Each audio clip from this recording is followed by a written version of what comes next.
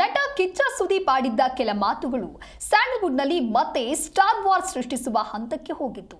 ಬಳಿಕ ಕಿಚ್ಚನಿಗೆ ಟಾಂಗ್ ಕೊಡುವಂತೆ ದರ್ಶನ್ ಪತ್ನಿ ವಿಜಯಲಕ್ಷ್ಮಿ ಮಾತುಗಳು ಕೂಡ ಸುದೀಪ್ ಅಭಿಮಾನಿಗಳನ್ನ ಕೆರಳಿಸಿತ್ತು. ಆದರೆ ಸುದೀಪ್ ಮಾತ್ರ ನಾನು ಪೈರಸಿ ಬಗ್ಗೆ ಮಾತನಾಡಿದ್ದು ಅಂತ ಹೇಳಿ ಮಾತು ಹೊರಡಿಸಿದ್ರು. ಇದೀಗ ಮತ್ತೆ ಸುದೀಪ್ ತಮ್ಮ ಮಾರ್ಕ್ ಸಿನಿಮಾದ ಸಕ್ಸಸ್ ಮೀಟ್ ಕಾರ್ಯಕ್ರಮದಲ್ಲಿ ಮಾತನಾಡುವಾಗ ಅಹಂಕಾರದಲ್ಲಿ ಅಭಿಮಾನಿಗಳನ್ನ ಮುಂದಿಟ್ಟುಕೊಂಡು ಮಾತನಾಡುವ ವ್ಯಕ್ತಿ ನಾನಲ್ಲ ಅಂತ ಹೇಳಿ ವಿಜಯ್ಗೆ ತಿರುಗೇಟು ಕೊಡುವ ರೀತಿಯಲ್ಲಿ ಮಾತನಾಡಿದ್ದಾರೆ. ಹಾಗಾದ್ರೆ ಏನ್ ಹೇಳಿದ್ದಾರೆ ಬನ್ನಿ ನೋಡೋಣ. ಖುಷಿಯಲ್ಲಿ ನಾನೇನೋ ಹೇಳೋದು ಅದು ಇನ್ನೆಲ್ಲೋ ಹೋಗೋದು, Q&A ಬಂದ್ಬಿಡ್ತೀನಿ ಸ್ಟ್ರೈಟ್ ಅವೇ.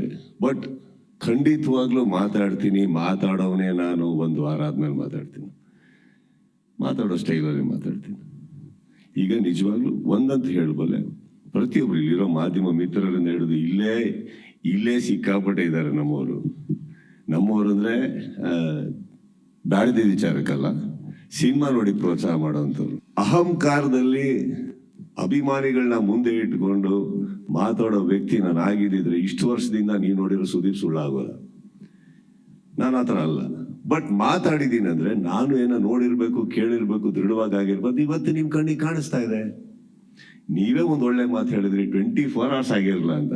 ಸೊ 24 hours ಒಳಗಡೆ ಕೆಲವು ಆಗ್ಬೇಕು ಅಂದ್ರೆ ಪ್ರಯತ್ನಗಳು ಹಾಗೂ ಏನಂತಾರೆ ಪ್ರಿಪರೇಷನ್ಸ್ ಎಷ್ಟು ಗಂಟೆಗಳ ಮುಂಚೆ ನಡೆದಿರ್ಬೇಕು. ಕರೆಕ್ಟ್. ನಾವು ಇದೇ ವೃತ್ತಿಯಲ್ಲಿದ್ದೀವಿ, ನಮಗೂ ಒಂದಿಷ್ಟು ಸಂಪರ್ಕಗಳಿದಾವೆ, ಅಲ್ಲಿಂದ ನಮಗ್ ಬರುತ್ತಲ್ವಾ. ಬಂದಿದ್ದು ದೃಢವಾಗಿ ಬಂದಾಗ ರೆಡಿ ಇದೀವಿ ಅಂತಂದೆ ನಾನು. ಅಷ್ಟೇ ಇಟ್ಕೊಡೋದೇ ಸ್ಟುಪಿಡಿಟಿ, ಇಂಟೆಲಿಜೆನ್ಸ್ ಅಲ್ಲ. ನನ್ನ ಇಂಟೆಲಿಜೆನ್ಸ್ ಬಗ್ಗೆ ನಾನು ಯಾಕೆ ಮಾತಾಡ್ಲಿ?